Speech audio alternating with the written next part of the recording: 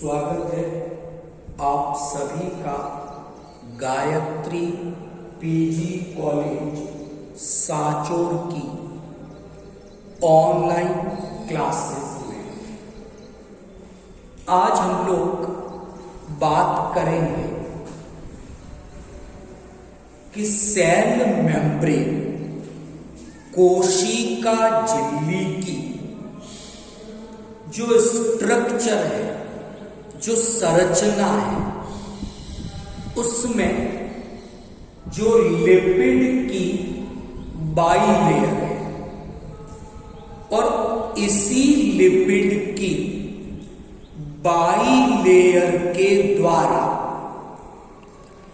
जो cell membrane है, इसकी बेसिक स्ट्रक्चर, आधार संरचना का निर्माण होता है।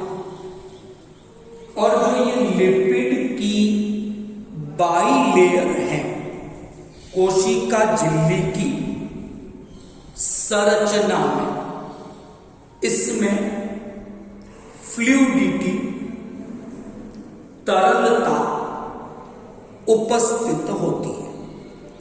तो आज का जो अपना टॉपिक है वो है लिपिड की बाइलेयर की फ्लूइडिटी। तो डिस्कस करते हैं कि सेल मेम्ब्रेन की स्ट्रक्चर में जो लिपिड की बाइलेयर है,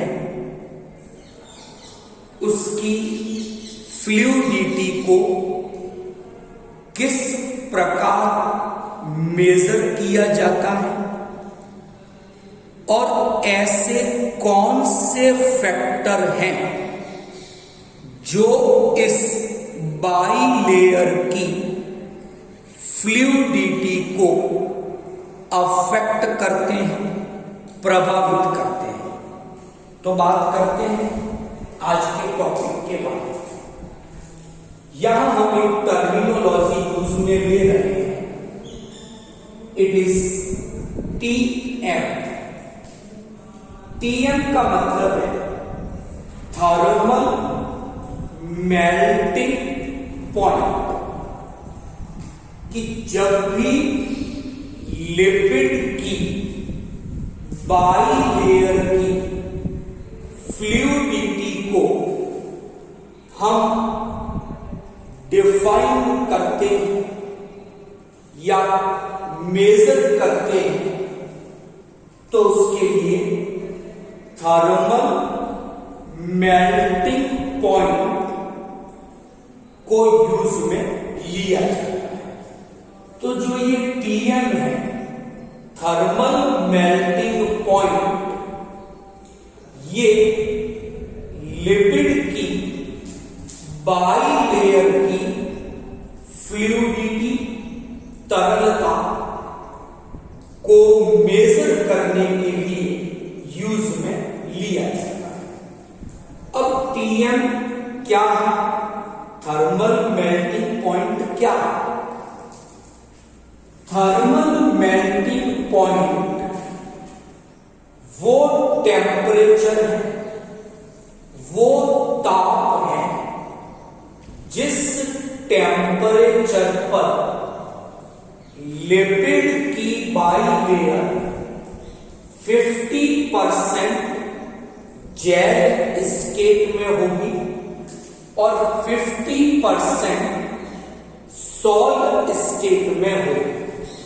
तो एक्चुअल में ये एक ट्रांजिशन स्टेट है, संक्रमण अवस्था है, जिस टेम्परेचर पर लिपिड की बाइलेयर 50% जेल स्टेट में, 50% सॉलिड स्टेट में या ट्रांजिशन स्टेट में होती है। उस टेम्परेचर को हम टीएम, थर्मल मेल्टिंग पॉइंट के नाम से जानते हैं। अब बात करेंगे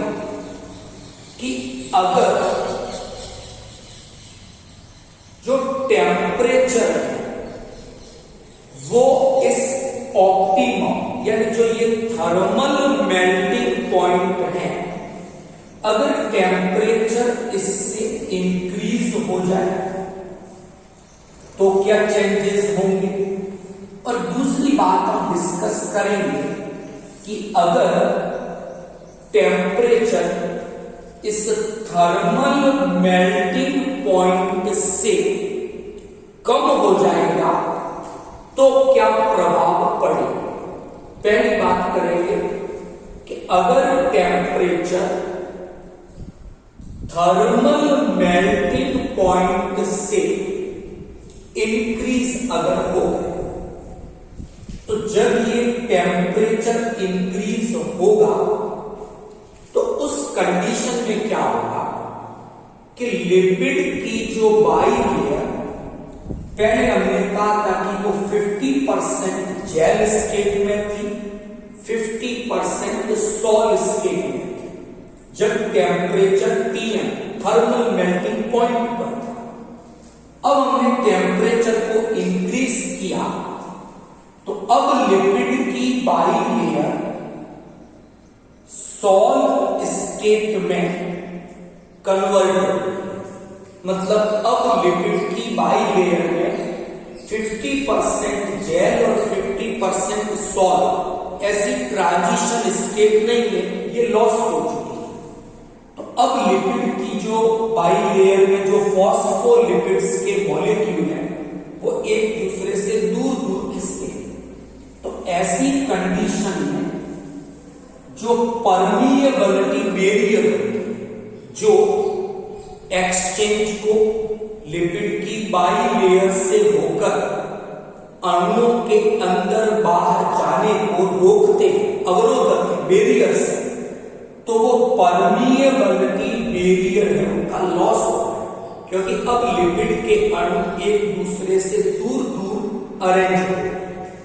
और जब परमिएबिलिटी बैरियर का ही लॉस हो जाएगा तो फाइनली जो सेल है उसकी डेथ हो जाएगी, सेल नष्ट हो जाएगी। तो अगर थर्मल मेल्टिंग पॉइंट से टेम्परेचर ज्यादा होता है तो क्या इफेक्ट पड़ता है, ये हमने बात की।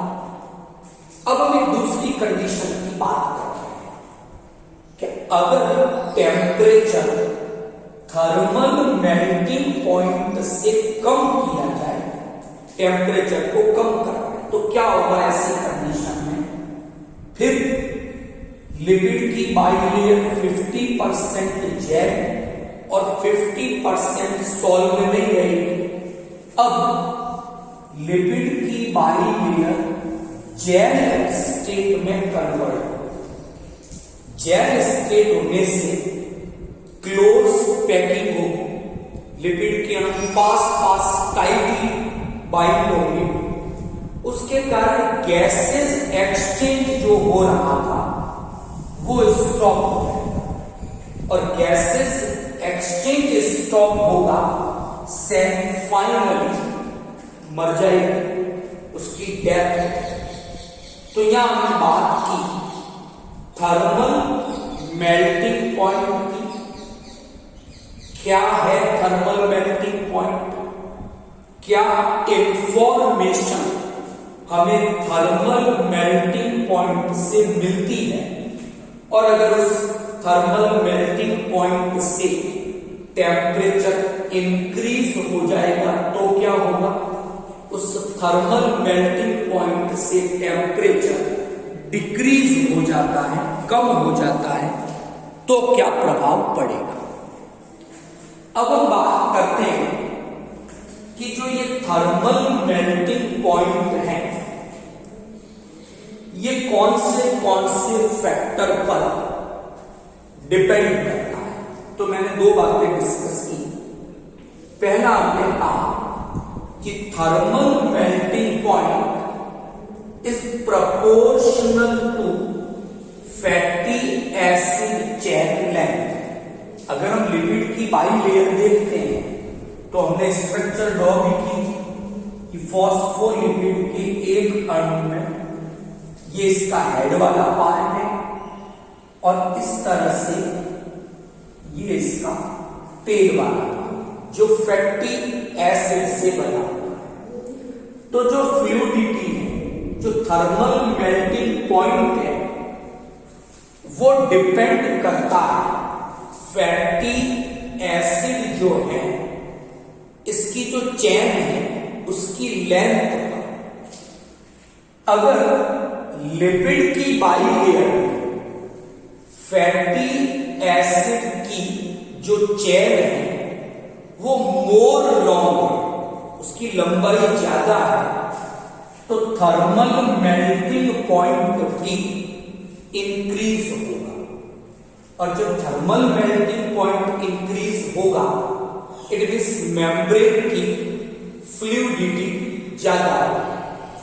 दूसरा जो फैक्टर है जो इसको अफेक्ट करता है वो है डिग्री ऑफ अनसैचुरेशन, कि जो फैटी एसिड की जो चेन है उसमें अनसैचुरेशन, डबल बॉन्ड है या नहीं, असंतृप्तता, तो ये इनवर्सली प्रोपोर्शनल है थर्मल मेल्टिंग पॉइंट की।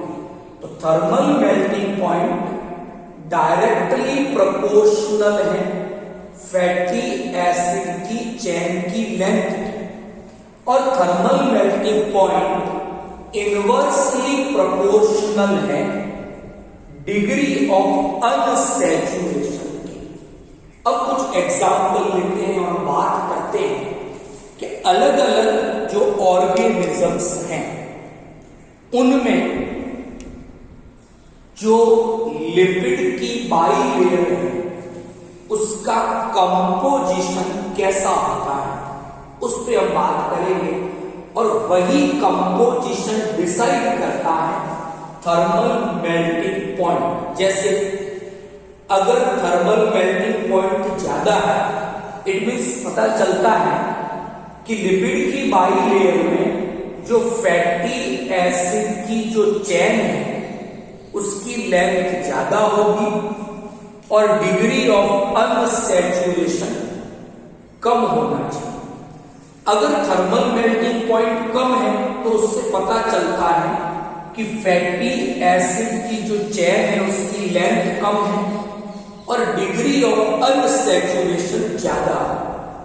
तो हम थर्मल मेल्टिंग पॉइंट के बारे में अगर हमें पता है तो हम ये जानकारी प्राप्त कर सकते हैं कि जो सेल मेम्ब्रेन है उसमें जो लिपिड की बाइलेयर है उसका कंपोजिशन कैसा है, उसका संगठन कैसा है, ये जानकारी हम थर्मल मेल्टिंग पॉइंट की सहायता से प्राप्त कर सकते हैं। तो कुछ एग्जाम्पल्स लेते हैं। मैंने 3 प्रकार के बैक्टीरिया के एग्जाम्पल यहां पर लिए। पहले प्रकार के बैक्टीरिया है साइक्रोफाइल्स। साइक्रोफाइल्स ऐसे बैक्टीरिया हैं जो लो टेम्परेचर एरियाज में पाए जाते हैं, यानी उन आवासों में मिलेंगे जहां का टेम्परेचर कम होता है। Is that clear? तो ऐसे जो बैक्टीरिया होंगे साइक्रोफाइल्स, इनका जो थर्मल मेल्टिंग पॉइंट होगा वो भी कम होना चाहिए।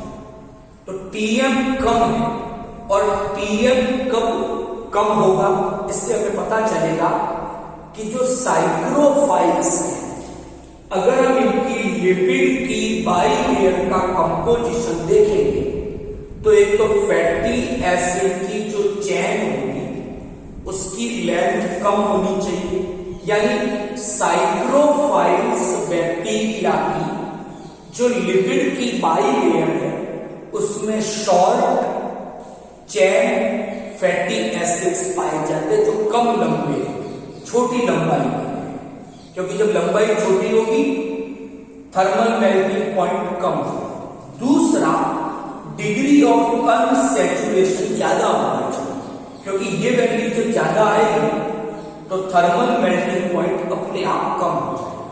तो साइक्रोफाइल्स जो ठंडे आवासों में लो टेम्परेचर हैबिटेट में मिलते हैं उनके लिए थर्मल मेल्टिंग पॉइंट की वैल्यू भी कम होती है और उससे हमें पता चलता है कि उनकी जो लिपिड की बाइलेयर है उसका कंपोजिशन कैसा है। दूसरी मैंने बात की है थर्मोफिल्स। ये ऐसे बैक्टीरिया हैं जो हाई टेम्परेचर एरियाज उन हैबिटेट में मिलते हैं जहां का टेम्परेचर हाई होता है। तो जब ये हाई टेम्परेचर में है तो वहां पर थर्मल मेल्टिंग पॉइंट ये भी ज्यादा होना चाहिए, मेम्ब्रेन की फ्लूइडिटी ज्यादा होनी चाहिए। तो टीएम ज्यादा है, इसका मतलब क्या कि इन बैक्टीरिया में जो फैटी एसिड की जो चेन है उनकी लेंथ ज्यादा होनी चाहिए।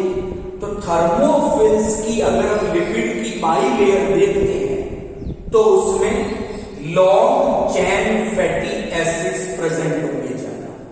दूसरा, डिग्री ऑफ अनसैचुरेशन कम होना चाहिए, ये कम होगा थर्मल मेल्टिंग पॉइंट ज्यादा है। तो थर्मोफिल्स की लिपिड की बाइलेयर का कंपोजिशन बिल्कुल साइक्रोफाइल्स की जो लिपिड की बाइलेयर है उसके कंपोजिशन से अपोजिट होता है। तीसरा मैं बात कर रहा हूं मीजोफिल्स। ये मॉडरेट औसत तापमान पर पाए जाते हैं, ई कॉलाई ऐसा ही मीजोफिल्स बैक्टीरिया है जो जनरली 37 डिग्री टेम्परेचर पे ग्रो करता है। तो वहां क्या देखेंगे, दोनों का इंटरमीडिएट है, मतलब मीजोफिल्स बैक्टीरिया में ई कोलाई का एग्जाम्पल है और अगर उसके लिपिड की बाइलेयर का कंपोजिशन देखें तो वहां लॉन्ग और शॉर्ट दोनों टाइप की फैटी एसिड्स प्रेजेंट है, long chain plus short chain, saturated भी है अनसैचुरेटेड भी है। तो दोनों प्रकार की स्थितियां वहां मिली। अगर हम ऐसे एक बैक्टीरिया को जो 37 डिग्री सेल्सियस पे ग्रो कर रहा है और उसे 20 डिग्री सेंटीग्रेड टेम्परेचर पे ले जाए तो उसकी लिपिड की बाइलेयर के कंपोजिशन में चेंजेस आएंगे, क्योंकि पहले TN37 अब TN20 करवा रहे हैं थर्मल मेल्टिंग पॉइंट। इसका मतलब थर्मल मेल्टिंग पॉइंट कम होगा और वो कम कब हो सकता है, जब लॉन्ग चेन की जगह शॉर्ट चेन। तो क्या देखेंगे कि ई कोलाई की जो लिपिड की बाइलेयर है उसके कंपोजिशन में दो चेंजेस हैं। पहला, अब हम क्या देखेंगे कि लिपिड की बाइलेयर में शॉर्ट जो चेन फैटी एसिड्स बढ़ जाएंगे, लॉन्ग चेन फैटी एसिड्स घट जाएंगे। दूसरा क्या चेंज दिखेगा, अनसैचुरेशन में चेंज दिखेगा।